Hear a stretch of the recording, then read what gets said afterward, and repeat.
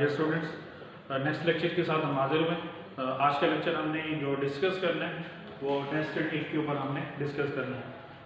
आपको previous lecture याद होंगे, हमने चैप्टर स्टार्ट किया था, चैप्टर नंबर 11।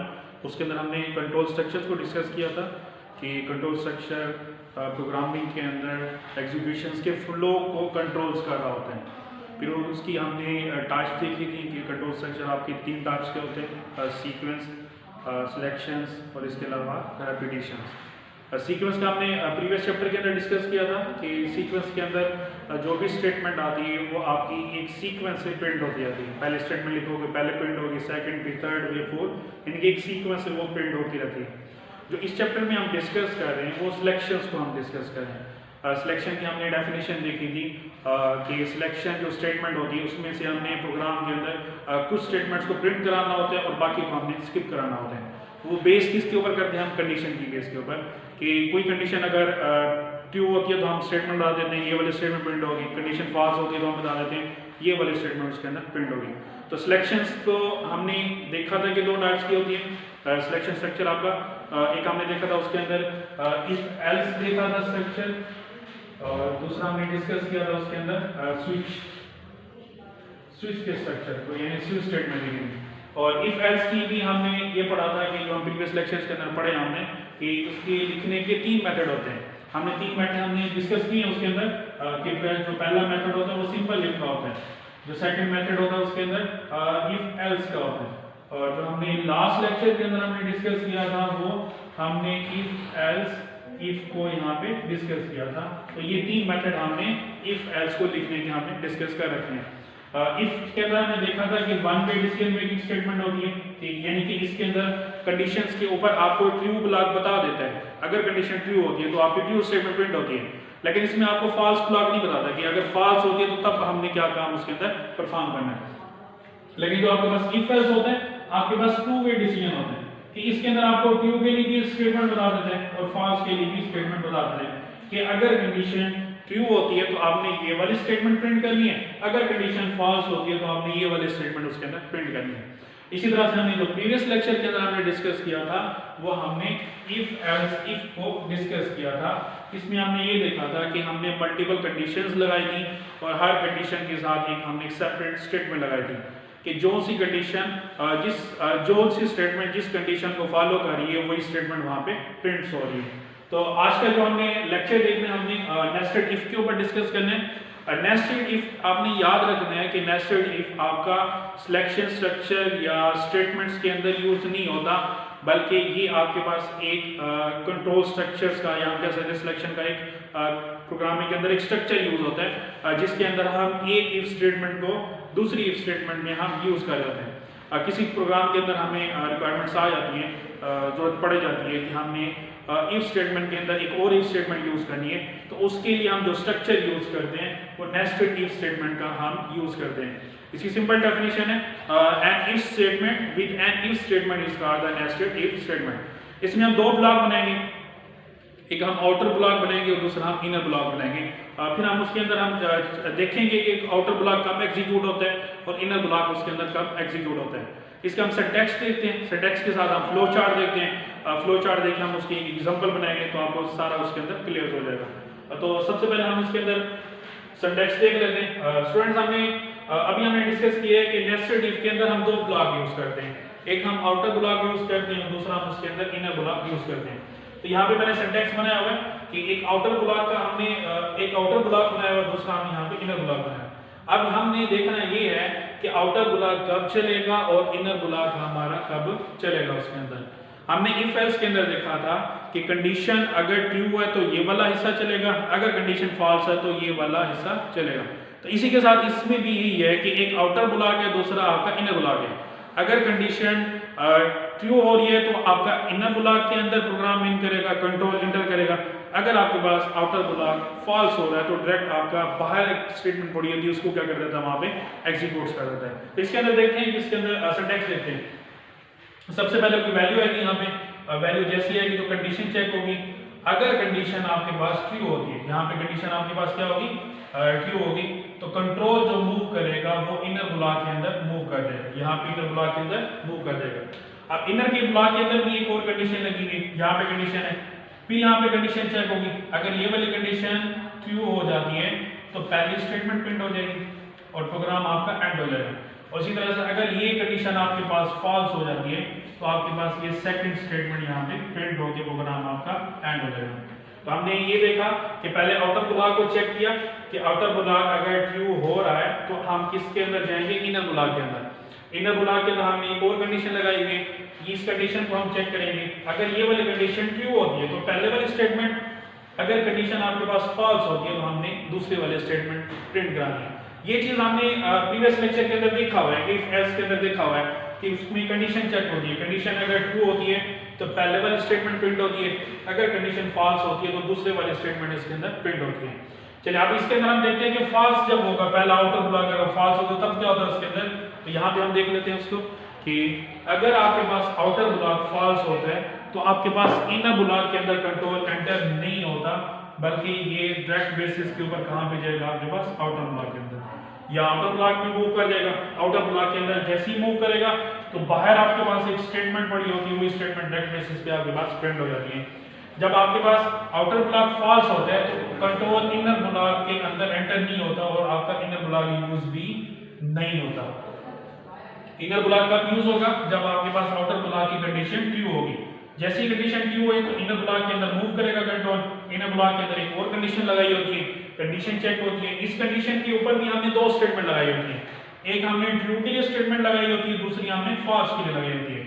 अगर कंडीशन ट्रू तो पहले वाली स्टेटमेंट, अगर कंडीशन फॉल्स तो सेकंड वाली स्टेटमेंट। इसी तरह से अगर कंडीशन फॉल्स होती है आउटर ब्लॉक वाली तो कंट्रोल एंटर नहीं करता है इनर ब्लॉक के अंदर, बल्कि डायरेक्ट बेसिस के ऊपर बाहर की तरफ मूव करके जो एल्स स्टेटमेंट पड़ी होती है उसी को क्या कर देगा, वहां पे प्रिंट कर देगा। इसी चीज को हम फ्लो चार्ट्स के अंदर देखते हैं। और सबसे पहले हमने यहाँ पे कंडीशन लगाई थी, कंडीशन चेक हुई, कंडीशन ट्रू तो मूव करेगा इनर ब्लॉक के अंदर। ये हमने इनर ब्लॉक बनाया, इसको क्या कहते हैं, इनर ब्लॉक। ये आपके पास इनर ब्लॉक आ गया।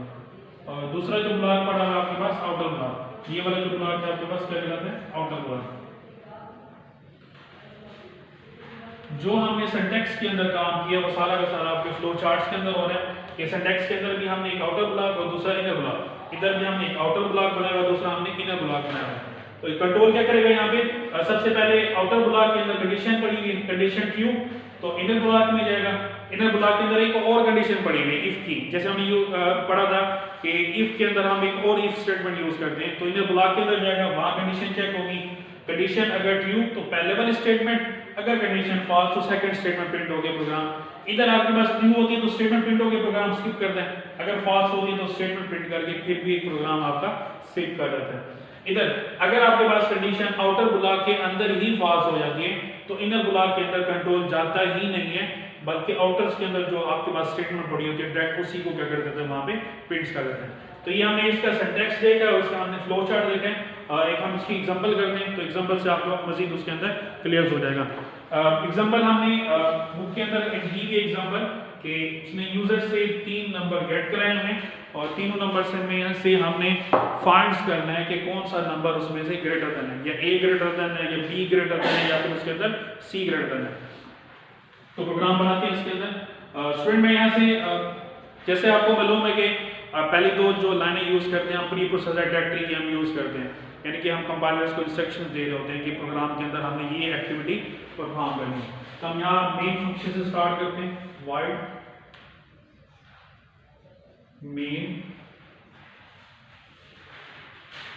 मेन के बाद हमें पता है कि हम वेरिएबल्स को डिक्लेयर, जो भी वेरिएबल हम यूज करेंगे उसको प्रोग्राम के अंदर पहले डिक्लेयर करेंगे। इंटीजर a, 3 हमने वेरिएबल्स देखे हैं, वैल्यू देनी है तो 3 वेरिएबल्स के अंदर डिक्लेयर करेंगे b c।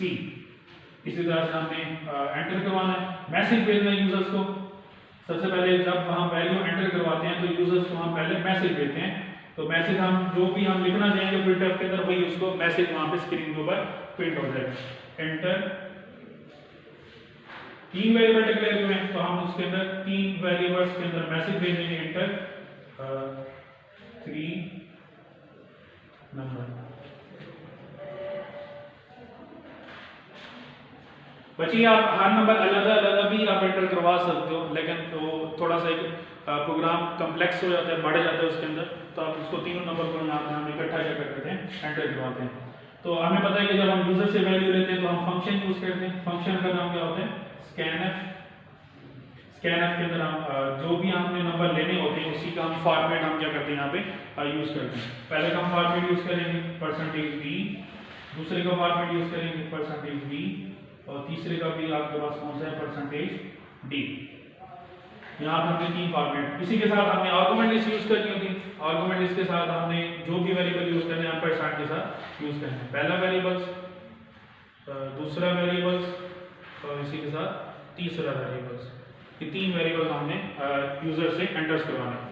अब हमने इसी के साथ हमने इसका सिंटैक्स यूज करना है। ये अब अगला काम हमारा किसका है? सिंटैक्स का है। यूजर ने 3 नंबर एंटर करवाने हैं। ए की वैल्यू एंटर करवानी है, बी की वैल्यू एंटर करवानी है, और सी की वैल्यू इसके अंदर एंटर करनी है। पहले हम प्रोग्राम्स को हम राइट्स कर लेते हैं, फिर उसके अंदर हम देखते हैं कि इसके अंदर किस तरह से वो वर्क्स करते हैं। तो सबसे पहले हम कंडीशन यूज करते हैं। इसके अंदर पहला नंबर चेक करते हैं कि ए को ग्रेटर देन होना चाहिए किससे? बी से। अगर ए ग्रेटर देन आपके पास किससे है? बी से है, तो आपका जो कंट्रोल होगा वो इनर के अंदर मूव करेगा। इनर के अंदर दूसरी चेक करेगा कि आया कि वो सी से भी ग्रेटर देन है या फिर नहीं है। अगर ये बी से ग्रेटर देन नहीं है, यहीं पे कंडीशन फॉल्स हो जाती है, तो इनर ब्लॉक के अंदर वो जाता नहीं है, तो बाहर आपके पास सेकंड वैल्यू वहां पे क्या हो जाती है? चेक हो जाती है। तो अगर हमारे पास ए ग्रेटर देन बी है तो वो प्रिंट कर देगा कि आपके पास वैल्यू कौन सी आ रही है? ग्रेटर देन आ रही है, ए की आ रही है। तो यहाँ पे मैसेज देंगे प्रिंट एफ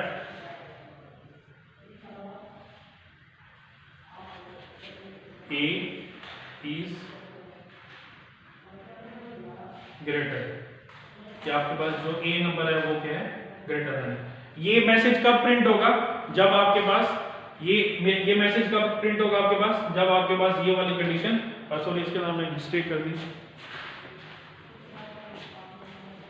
क्योंकि हमने सी से भी तो चेक करना है ना इसको, तो हम इनर के अंदर जाएंगे। अगर ये वाला ट्री होता है तो हम किसके अंदर जाएंगे? हम इनर्स के अंदर।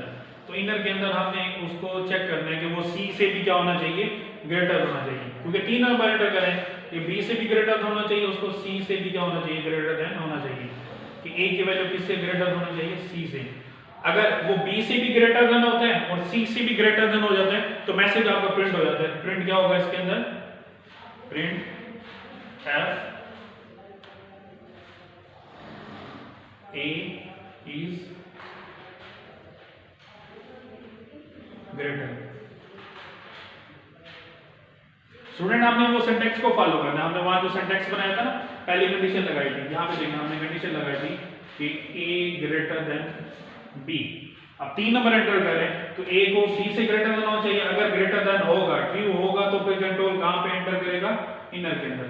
तो इनर के अंदर एक और कंडीशन लगाएंगे। कंडीशन कौन सी लगाई है हमने? कि a को ग्रेटर देन हम किससे होना चाहिए? c से।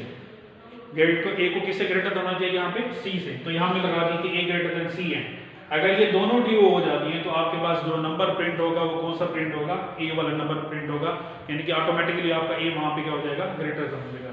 अगर इधर से आपके पास कंडीशन फॉल्स हो जाती है, ये आपके पास कंडीशन फॉल्स हो जाती है, अगर ये कंडीशन ट्रू, तो यहाँ पे स्टेटमेंट के अंदर प्रिंट क्या होगा? ए। तो यहाँ पे हमने स्टेटमेंट के अंदर क्या प्रिंट किया? यहाँ पे ए प्रिंट किया। एल्स आपके पास क्या प्रिंट होगा? दो कंडीशन चेक हुए ना, तो एल्स यहाँ पे क्या प्रिंट होगा? यहाँ पे सी। यहाँ पे सी क्या हो जाएगा? प्रिंट हो जाएगा। इसी तरह से इधर भी हमने एल्स के अंदर यूज करना है। एल्स प्रिंट एफ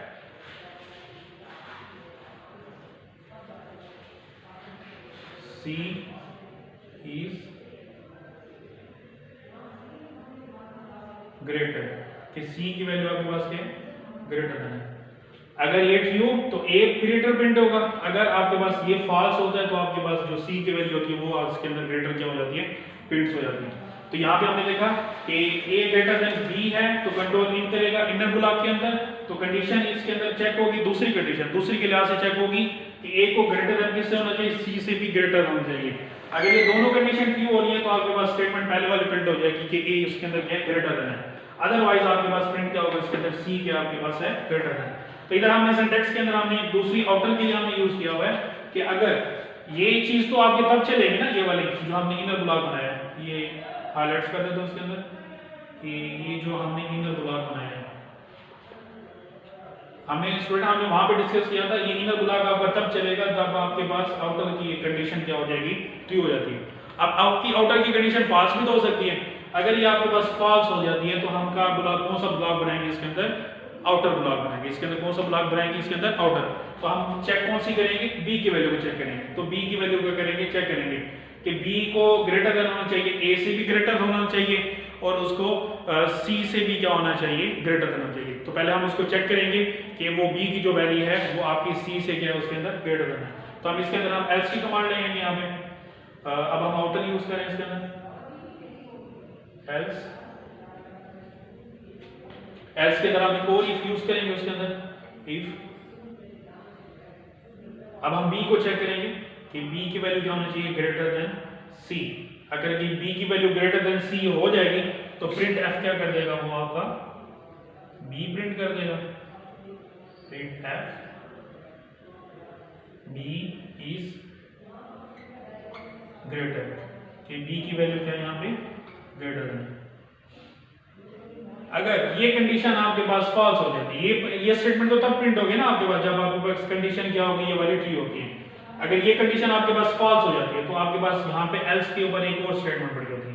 तो यहाँ पे हम एल्स के ऊपर एक और स्टेटमेंट लगा देते हैं कि अगर ये फॉल्स होती है तो आपके पास दूसरी वैल्यू क्या हो जाएगी, यहाँ पे प्रिंट हो जाएगी। अब दूसरी वैल्यू कौन सी रहेगी इसके अंदर, सी इज ग्रेटर, कि सी की वैल्यू यहाँ पे क्या है, ग्रेटर है, कि सी की वैल्यू यहाँ पे क्या है, यहाँ पे ग्रेटर है। अब हमने इसको प्रोग्राम बना लिए तो हम इसके अंदर यूजर से हम तीन वैल्यू एंटर करवाते हैं, फिर हम इसकी वर्किंग देखते हैं कि किस तरह से ये काम करता है। तो सबसे पहले हम तीन वैल्यू यहाँ पे एंटर करवाते हैं, ए के लिए और यहाँ पे बी के लिए और सी के लिए, A B C. For example user ने तीन वैल्यू एंटर की है, पहली वैल्यू उसने एंटर की है 11, दूसरी उसने एंटर की है 14 और तीसरी उसने एंटर की है 17। तो कंट्रोल एंटर कहाँ पे होगा, सबसे पहले आपके पास पहली के अंदर, कि पहली के अंदर आपके पास कंट्रोल एंटर होगा।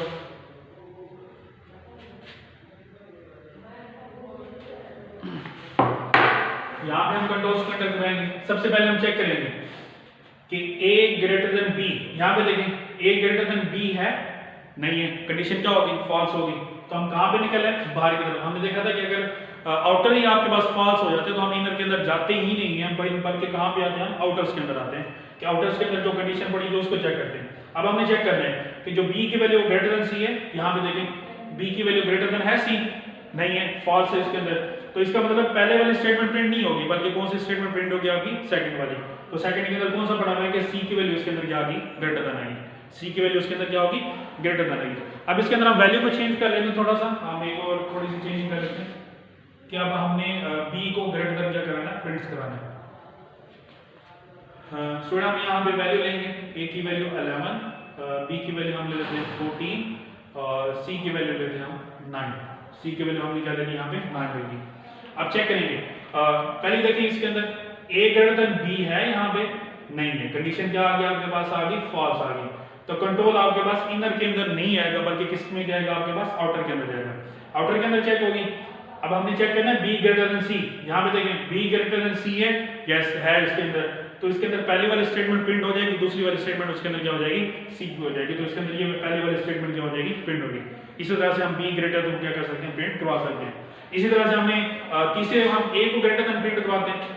a की वैल्यू ले लेते हैं हम 19, a की वैल्यू हम ले लेंगे 19। अब कंट्रोल चेक करेगा। सबसे पहले हम कंडीशन चेक करेंगे a ग्रेटर देन b, कि a की जो वैल्यू है वो ग्रेटर देन b है, ट्रू हो ये कंडीशन। तो इसका मतलब पहले वाली आउटर ब्लॉक ही हमारा ट्रू हो रहा है, तो हम आउटर को हम एल्स को प्रिंट नहीं करवाएंगे, बल्कि हम किसके अंदर आएंगे, इनर के अंदर। तो इनर के अंदर हम चेक करेंगे कि a की वैल्यू ग्रेटर देन c होनी चाहिए। अब चेक करेंगे a की वैल्यू ग्रेटर देन c है, यस है इसके अंदर। तो इसके अंदर पहले वाली स्टेटमेंट प्रिंट होगी और सेकंड वाली स्टेटमेंट आपके पास इसमें क्या हो जाएगी, स्किप हो जाएगी। तो इस तरह से हम एक वैल्यू को दूसरी वैल्यू से हम ग्रेटर देन फाउंड कर सकते हैं, कि जब हम तीन वैल्यूज के अंदर एंटर करवा लेते हैं। स्टूडेंट इसके साथ एक और प्रोग्राम भी आता है कि हमने फाइंड करना होता है कि ये तो हमने ग्रेटर देन का फाइंड किया ना, तो हमने एक और प्रोग्राम भी करते हैं इसके साथ कि कौन सी तीन वैल्यू यूजर से हम एंटर कराएंगे और हम देखेंगे कौन सी वैल्यू इसके अंदर स्मॉलर है। तो वो भी हम चेक कर लेते हैं इसके अंदर कि कौन सी वैल्यू इसके अंदर है, स्मॉलर है। जिधर हमने ग्रेटर का ऑप्शन किया है वहां पे हम इसको क्या कर लेते हैं, स्मॉलर। स्मॉलर क्या आपको पता है कि लेस देन का साइन होता है, ये इसके अंदर ये आपके पास क्या आ गया, लेस देन आ गया। तो यहाँ पे चेक कर लेते हैं, स्मॉलर क्या आपके पास क्या होता है, लेस देन का। यहाँ भी हम क्या यूज करेंगे, लेस देन, और यहाँ पे भी हम क्या यूज करेंगे, लेस देन यूज करेंगे। अब हम इसके अंदर वैल्यू एंटर करवा के देखते हैं, फिर हम चेक करते हैं कि कौन सा नंबर उसके अंदर क्या स्मॉलर है। पहले तीन वैल्यू उसने एंटर की हुई है, ए की वैल्यू उसने 19 एंटर की हुई है, बी की वैल्यू 14 और सी की वैल्यू उसने 19। सबसे पहले हम पहली कंडीशन चेक करेंगे कि ए की वैल्यू लेस देन बी होनी चाहिए। हम यहाँ पे चेक करेंगे कि ए की वैल्यू लेस देन बी है बी इसके अंदर नहीं है। ये कंडीशन आपके पास क्या आ गई, यहाँ पे फॉल्स आ गई। तो कंट्रोल आपके पास इनर ब्लॉक के अंदर नहीं जाएगा, बल्कि कहाँ पे जाएगा, वो आउटर ब्लॉक के अंदर। अब आउटर ब्लॉक के अंदर आके चेक करेगा बी की वैल्यू लेस देन सी होनी चाहिए। यहाँ पे देखिए बी की वैल्यू लेस देन सी है, नहीं है, तो आपके पास ये भी कंडीशन आपके पास फॉल्स हो गई। तो इसका मतलब आपके पास जो वैल्यू प्रिंट स्मॉल आ रही है वो कौन सी आ रही है, सी आ रही है। तो आपके पास स्टेटमेंट कौन सी प्रिंट हो जाएगी, ये वाली सी वाली, कि सी की वैल्यू आपके पास यहाँ पे क्या स्मॉल है। अब इसके अंदर वैल्यू चेंज करके देखते हैं। अब हमने इसमें बी को हमने स्मॉलर प्रिंट करवाना है। अब बी की वैल्यू हम 9 दे देते हैं और सी की वैल्यू हम 14 दे देते हैं, और जो ए की वैल्यू उसके अंदर हम 19 ही डाल देते हैं इसके अंदर, क्योंकि हमने सी को हमने बी को हमने स्मॉलर प्रिंट कराना है। तो सबसे पहले हम कंडीशन चेक करेंगे, ए लेस देन बी नहीं है, कंडीशन आपके पास क्या आ रही है, आपके पास क्यों कंडीशन आपके पास क्या आ रही है, फॉल्स आ रही है। तो इनर ब्लॉक में नहीं जाएंगे, बल्कि किस ब्लॉक में जाएंगे, हम आउटर ब्लॉक के अंदर। तो आउटर ब्लॉक में हम कंडीशन चेक करेंगे, बी की वैल्यू क्या होनी चाहिए, लेस देन सी होनी चाहिए। तो बी की वैल्यू यहाँ पे देखिए 9 14 से स्मॉल है, तो मतलब ट्रू हो रही है। तो आपके पास जो पहली स्टेटमेंट पड़ी है वो क्या हो जाएगी, यहाँ पे बी उसके अंदर क्या हो जाएगा, प्रिंट हो जाएगा। अब इसके अंदर हम एक स्मॉलर प्रिंट करा दें। ए की वैल्यू हमने यहाँ पे एंटर करवाई 2, बी की वैल्यू हमने यहाँ पे एंटर करवाई 3 और सी की वैल्यू हमने यहाँ पे एंटर करवाई 4। अब चेक करते हैं उसके अंदर। सबसे पहले कंडीशन देखें कि जो ए की वैल्यू है वो बी से लेस देन है, यस है, तो कंडीशन आपके पास ट्रू हो रही है। तो हम किसके अंदर जाएंगे, इनर ब्लॉक के अंदर। तो इनर ब्लॉक के अंदर एक और स्टेटमेंट पड़ी हुई है कि जो अगर सी की ए की वैल्यू बी से लेस देन है तो उसको सी से भी क्या होना चाहिए, लेस होना चाहिए। तो हम चेक करेंगे कि ए की वैल्यू सी से लेस देन है, यहाँ पे ए को चेक करेंगे और सी को चेक करेंगे। ए की वैल्यू जो है वो सी से भी क्या है, उसके अंदर लेस है। तो इसके अंदर हम चेक करेंगे, पहली कंडीशन आपके पास ट्रू हो रही है, तो इसके अंदर पहली स्टेटमेंट प्रिंट हो जाएगी कि ए इज क्या है इसके अंदर ग्रेटर देन। तो इस तरह से हम नेस्टेड इफ का फंक्शन हम यूज करते हैं। स्टूडेंट ये आपके पास एक कॉम्प्लिकेटेड प्रोसेस होता है, यानी कि एक लिखना इसके अंदर कॉम्प्लिकेटेड मेथड होते हैं। इसको बिगिनर जो होते हैं ना, प्रोग्राम जो बनाने वाले होते हैं, जो स्टार्टिंग से सीख रहे होते हैं, वो इसको यूज नहीं करते, बल्कि वो दूसरी स्टेटमेंट यूज करते हैं, इफ एल्स वाली यूज करते हैं। याद होगा हमने इस प्रोग्राम को हमने इफ एल्स इफ स्ट्रक्चर से भी हमने देखा था कि इस प्रोग्राम को हम इफ एल्स इफ स्ट्रक्चर से भी हम यूज कर सकते हैं। तो आज के लेक्चर के लिए इतना ही। नेक्स्ट लेक्चर के लिए हम मिलते हैं। अल्लाह हाफ़िज़।